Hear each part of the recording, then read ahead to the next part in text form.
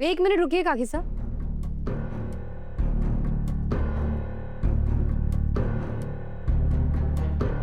आपका चेहरा कुछ उतरा हुआ सा लग रहा है। आप ठीक तो है ना? हमारे को क्या होएगा, मैं बिल्कुल ठीक हूँ। सही कहा आपने। आपको क्या होगा और आपके चाहने से भी क्या होगा? क्या लगा था काकी साहब आपको किसी को पता नहीं चलेगा? क्या कहना चाहे तू? वही जो आप करना चाह रही थी। काकी साहब, मैं सारा सच जान चुकी हूँ। मुझे पता चल गया है कि अवार्ड कमेटी मेंबर्स हमारे घर में ऐसे ही नहीं आए थे और ना ही उन्हें वसु और मासा के बारे में कुछ भी जानना था, बल्कि उन्हें तो बुलाया गया था उनसे शिकायत करके। इसीलिए वो हमारे परिवार वालों के साथ, हमारे स्टाफ मेंबर्स के साथ टाइम स्पेंड करके उस कंप्लेंट को वेरीफाई करना चाहते थे, है ना?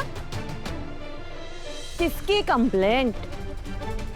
यही कि हमारे परिवार में एक बुजुर्ग महिला के साथ, मतलब दादी सा के साथ बहुत बुरा व्यवहार किया जाता है। आपको तो पता होगा काकी साहब, आप ही ने तो कंप्लेंट की थी।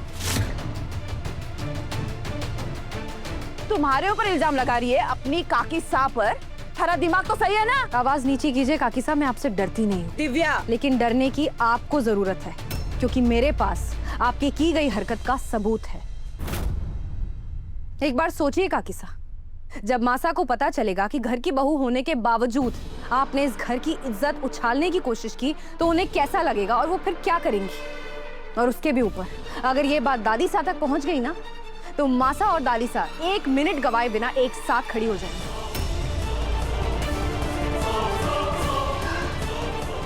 क्या मिलता है काकी साहब आपको ये सब करके? आप मासा की तरह परिवार को सहेजने के बारे में क्यों नहीं सोचती? क्यों आप कभी भी कोशिश नहीं करती कि परिवार को संभाल के रख सके, इस घर को जोड़ के रख सके? आज आपकी वजह से चौहान परिवार की कितनी बेइज्जती हो सकती थी, इसका अंदाजा भी है आपको? आपने कमिटी मेंबर को कॉल करके झूठ बोला, इतना बड़ा, इतना घटिया झूठ बोला कि मासा और वसु दादी सा के साथ बुरा व्यवहार करती है, उन्हें टॉर्चर करती हैं। कुछ भी बकवास किया जा रही है। अगर मैंने किया होगा ना तो तुम्हारे को सबूत दे, नहीं तो थारा मुंह बंद रख। एक मिनट काकी साहब, अब आप सबूत देख के ही जाइए। ये लीजिए, इस नंबर को तो पहचानती होंगी आप ही का है। और ये रहे वो कमेटी मेंबर जिनको कॉल करके आपने शिकायत की थी। अब आपके मन में ये खलबली मच रही होगी कि मुझे ये सब कुछ पता कैसे चला, तो सुनिए।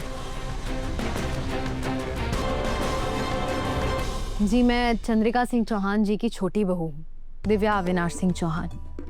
शादी के बाद मैं उदयपुर शिफ्ट हो गई, लेकिन मेरा मायका सामोद में है। अरे आप सामोद से हैं? अरे मैं भी तो सामोद से हूँ। वैसे बेटा, आपके पिताजी का क्या नाम है?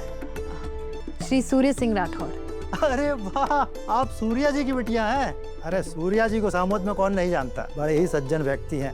और आपको एक बात बताऊं, सालों से हमारा परिवार ग्राम पंचायत के लिए उनको ही वोट करता आ रहा है। पर बेटा, आपके पिताजी ने तो हमेशा गलत बात का विरोध किया है। बिल्कुल। अन्याय के खिलाफ आवाज उठाई है।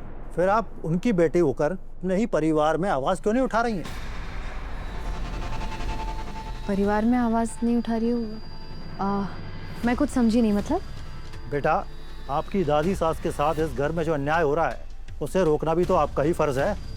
अरे हमें तो कल ही खबर मिली कि चंद्रिका सिंह चौहान जी और उनकी बहू वसुधा सिंह चौहान मिलकर घर की बुजुर्ग महिला के साथ बड़ा ही बुरा व्यवहार कर रही हैं।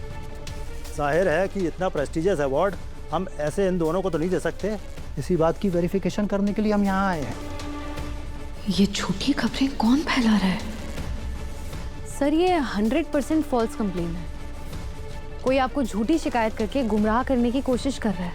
इनफैक्ट मासा और वसु तो दादी सा को अपनी सिर माथे पर रखती हैं। Are you sure? 1000% श्योर हूँ सर। हाँ, कुछ दिन पहले दादी सा, मासा और वसु के बीच एक छोटी सी गलतफहमी हो गई थी। लेकिन गलतफहमी किस परिवार में नहीं होती, किस रिश्ते में नहीं होती? और इन तीनों के बीच में आपस में एक दूसरे के लिए इतना प्यार और सम्मान है ना कि ये गलतफहमी कुछ ही दिनों में खत्म भी हो जाएगी। मासा दादी सा को अपनी माँ के स्थान पर रखती हैं और वसु वसु तो मासा और दादिसा से इतना प्यार करती है ना, उन दोनों के लिए वो अपनी जान भी दे सकती है बिना एक सवाल किए। इस कंप्लेन का तो कोई आधार ही नहीं है। बेटा आप सच तो बोल रहे हो ना? सर, मेरे बाबू साहब ने हर सूरत में मुझे सिर्फ और सिर्फ सच बोलना सिखाया है। अवार्ड देना या ना देना आपकी और आपकी कमेटी की इच्छा है, लेकिन एक झूठे कॉल की वजह से प्लीज आप मेरे परिवार की प्रेस्टीज पर उंगली मत उठाइए। इफ यू डोंट माइंड, आप मुझे वो नंबर दिखा सकते हैं जिससे आपके पास कॉल आया था? हाँ, मैं आपको बताता हूँ। जी। ये देखिए, ये नंबर से फोन आया था।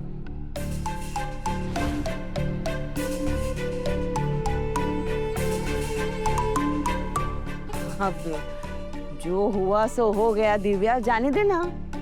मैं थारे को ना, मैं मासा को कुछ भी नहीं बताऊंगी, बल्कि मैं परिवार में ये बात किसी को भी नहीं बताऊंगी, क्योंकि मैं नहीं चाहती कि कोई हंगामा खड़ा हो और फिर सब लोग परेशान हो जाएं। लेकिन बस इतनी बात याद रखिएगा काकी साहब कि ये आखिरी बार है जब मैं आपकी कोई गलती छिपा रही हूँ। इसके बाद अगर आपने कुछ भी गलत काम किया या आपने कोई भी ऐसी हरकत की जिससे हमारे परिवार का नाम खराब होगा, तो मैं इज्जत और लिहाज सब भूल जाऊंगी।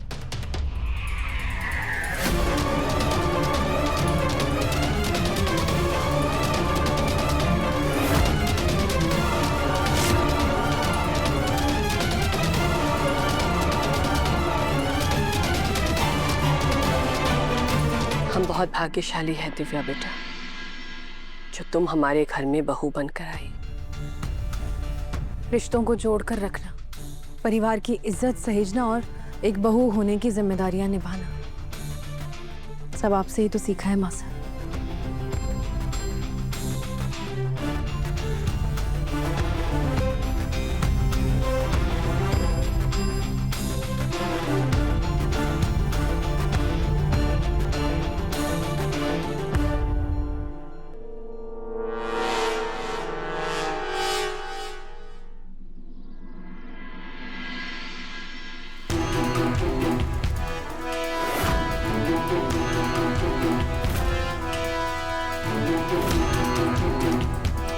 हमारा मन इतना व्याकुल क्यों है?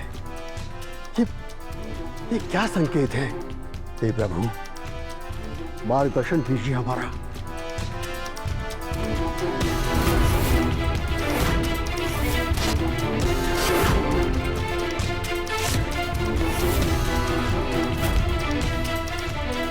वसुधा,